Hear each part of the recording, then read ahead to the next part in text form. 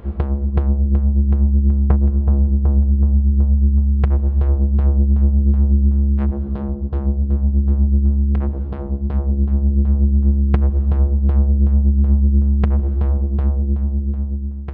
folks, I'm Spencer, and on today's episode of Cult Mania we're looking at what a lot of people see as one of the most overlooked American horror films of the 1970s, Messiah of Evil. It's a really good title, but is it a good film? Messiah of Evil was the directorial debut of William Huyck and his uncredited co-director Gloria Katz, who were probably best known for writing Temple of Doom and then also sort of being the masterminds behind the very, very unsuccessful Howard the Duck. The film follows a young woman played by Mariana Hill who travels to the quiet coastal town of Point Doon, which is definitely supposed to be misheard as Point Doom. Definitely, that's definitely what they were going for. She's gone there to look for her missing artist father, and she gets there and his house, which is covered in artwork, is abandoned. No one really wants to talk about him, so you get the sense that things aren't very good. Actually, you get the sense that things aren't very good because the film opens with some bloke being murdered, which you, I guess, presume is probably him. It's never actually made very clear. Like I said, everyone's covering things up. There are dead bodies in trucks. It's all very culty. It's all very murdery. It's all gone very bad. And then, yeah, it's basically anyone who's an outsider in the town sort of bands together. They sort of sit chatting, having very weird conversations, and then slowly start getting picked off by the strange, weird town people. Until the film very, very abruptly ends. The film was shot in 1971.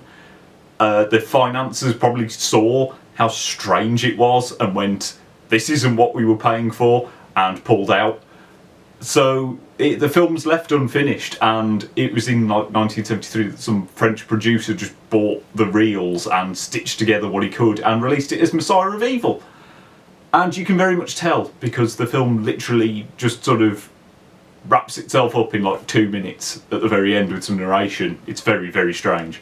Say that nightmares are dreams perverted. I've told them here it wasn't a nightmare, but they don't believe me. Very, very strange is actually probably the best way to describe most things about this film. Most notably the acting. It's very... The whole film has this very sort of European vibe. I mean, there is no way that you are... If you've seen any sort of giallo or a Franco film, anything from the late 60s in Euro horror, you will go, oh, Messiah of Evil is definitely someone saw those films and went, I can do that. The weirdest way that manifests, though, is in the acting, because everyone's performance, despite the fact that they are the people doing their voices, it doesn't look massively like post-synced. Everyone sounds like they are. It's a very odd experience. It has that weird disjointed nature that comes with, you know, dubbing over dialogue and having to shorten it to fit the length of time someone was speaking in Italian. People flip between conversation points incredibly quickly. People give very tonally sort of weirdly dead, you know, like weirdly emotionless speeches, but then they might sort of ramp up out of nowhere. It's all very, very odd, and it is all very, very weirdly European, despite the fact that it's an American film. I mean, even outside of speaking, there's a weird pace to the entire film. I mean, you know, you get lots of shots in which people stand, you know, on a beach and just look into the distance. And then it's like, I don't know, the scene will cut and you'll be somewhere completely different. I mean, the thing is though, that, I mean, the film isn't particularly violent. If you're coming to you've got to think, this film is like pre-Texas Chainsaw, pre a lot of slashers, anything like that. So it's going for scary. It never really gets scary. but it does have, it's all about atmosphere, and I think the strange performances and this weird slow pace that the story has, for the most part, work really, really well. Because it does have just an odd vibe to it all. I know it's a stupid thing to say. There were a few points where I was like, this is kind of like if David Lynch had directed a giallo film. Because people do speak in odd ways, or like you'll walk into a room and people will just be sat in weird positions, and it, you know, obviously it's not Lynchian in the grander scheme of things, but it's just, that is what it made me think of. I know it's a sort of rubbish comparison. They nod and make little notes in my file. Not far from here, there's a small town on the coast. They used to call it New Bethlehem, but they changed the name to Point Doom after the moon turned blood red. The film visually is also incredibly European influenced. The film opens with a shot that I'm 99.9% sure is supposed to be the opening shot from Argento's Cat o' Nine Tails. They are so incredibly similar. You will, if you have seen a giallo film, you will go, oh, that's what this is. It's all lovely widescreen, very contrasty, very saturated.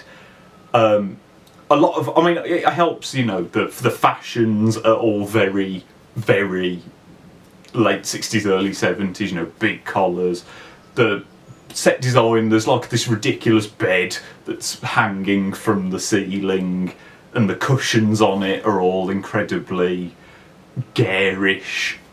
There's a lot of it is set at night, and especially when it's at night, 60 to 70% of the screen is usually black, and then you have just some pops of colour, often blue, purple or red.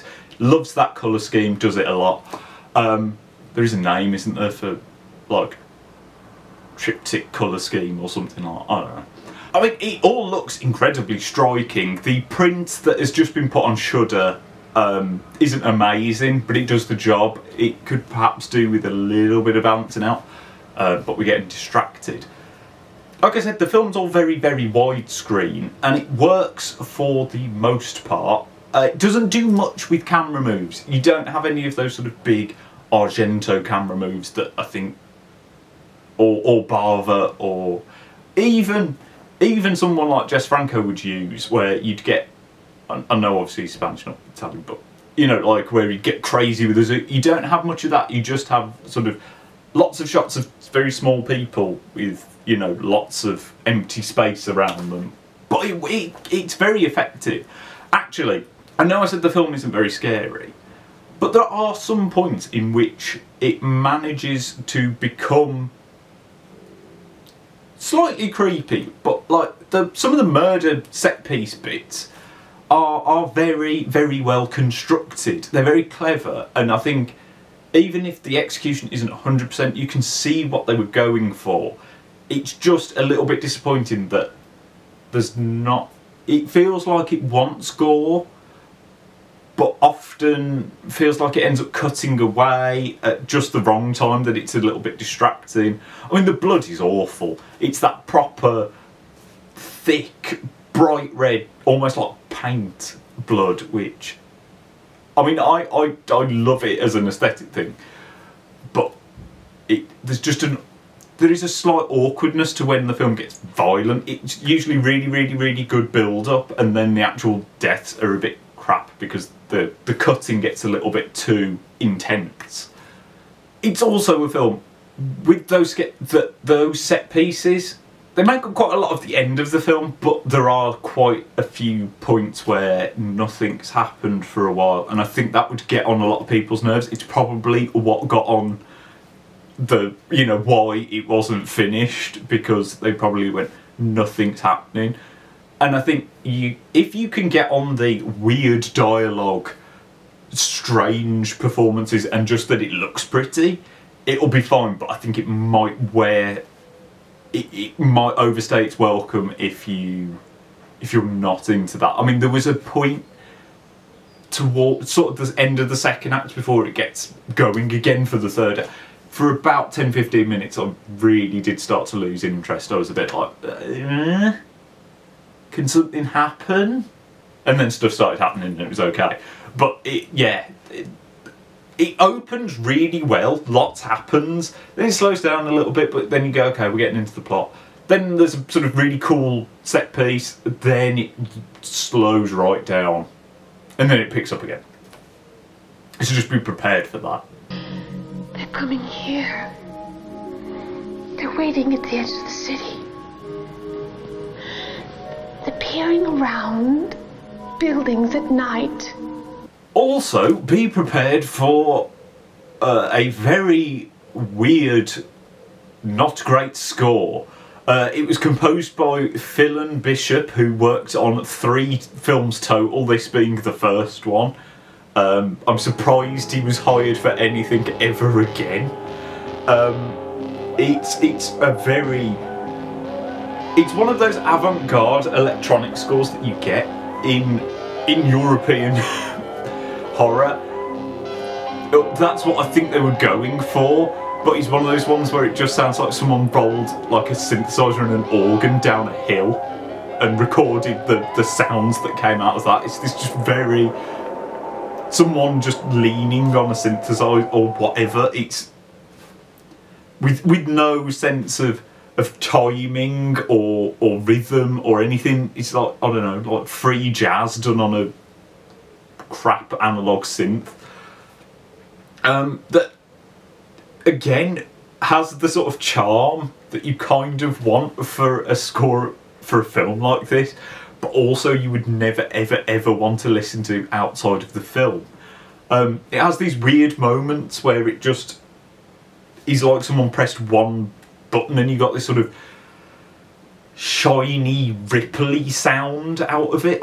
There's probably again a real name for what that's what it sounds like to me, like shiny ripples. It just goes like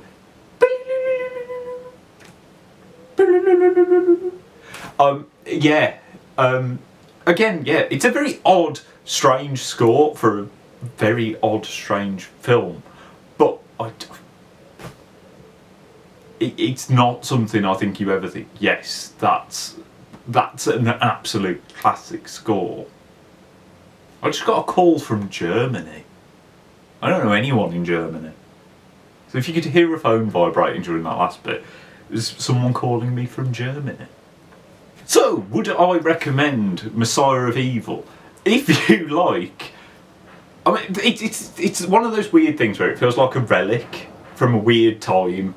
I mean, if you look at stills from it, I genuinely thought that it was, Italian or Spanish, before sort of actually reading the description on Shudder and going, this is really interesting. Because I think it is, and I think if it had been finished, it would have been really, really interesting. I mean, it's interesting anyway, because I think it's very interesting to see someone who clearly loved, especially like Italian movies, trying to make that in America, clearly not finding the right people to back that up. But it's this sort of weird greatest hits of a bunch of stuff that you see in those films. It starts out like it's going to be a straight giallo film, and then obviously all the supernatural stuff starts coming in. And it's, from that point of view, it's a very, very interesting, very strange, probably failure, but I think actually it nails so many of the things. And because it's this sort of whistle-stop tour of great parts, it almost... I think it's a great way of getting into that sort of thing, actually, because I think, some proper, like, giallo films are really quite tedious. This has elements of that, but it also has enough oddness about it that I think it would find a different audience. I think it came out at completely the wrong time. It came out the year before Texas Chainsaw came out, and that is the you know, trajectory of American horror from then on, really. So it feels completely out of time. It's great that it's being put out again, because it does feel, you know, if it had perhaps come out in 71, I think it might have been remembered a lot more. I mean, you know, it's not a perfect film at all, but it's a weird oddity that I would say is definitely worth anyone's time. If all the reference points make sense to you, and I guess it's just a weird, you know, it's almost a, could this have been the direction that American horror would have taken if it had been released that bit earlier? Would we have had a more, you know, more European influence into American cinema? So yeah, it's worth watching. Just be prepared for the fact that it doesn't end very well. It does end, but it just ends like that. It's a very odd end. I'd love to go into the ending, but I can't, because that'd be spoilers, and I don't do spoilers very often. I try not to. But yeah, just be prepared for that. But it just ends with some voiceover, really. But again, it just adds to that weird charm, to be honest. It's a very charming film. I would happily watch it again, even though, you know, the pace isn't always there. So no, I mean, it's on Shudder. It's easy enough to track down. I would like to see someone restore it and do a nicer job of it, because I think, you know, that might give it that bit more wider appeal. That is just my opinion. What do you think of Messiah of Evil? Does it sound like something you want to see? Is it something you have seen? And if so, what did you think of it?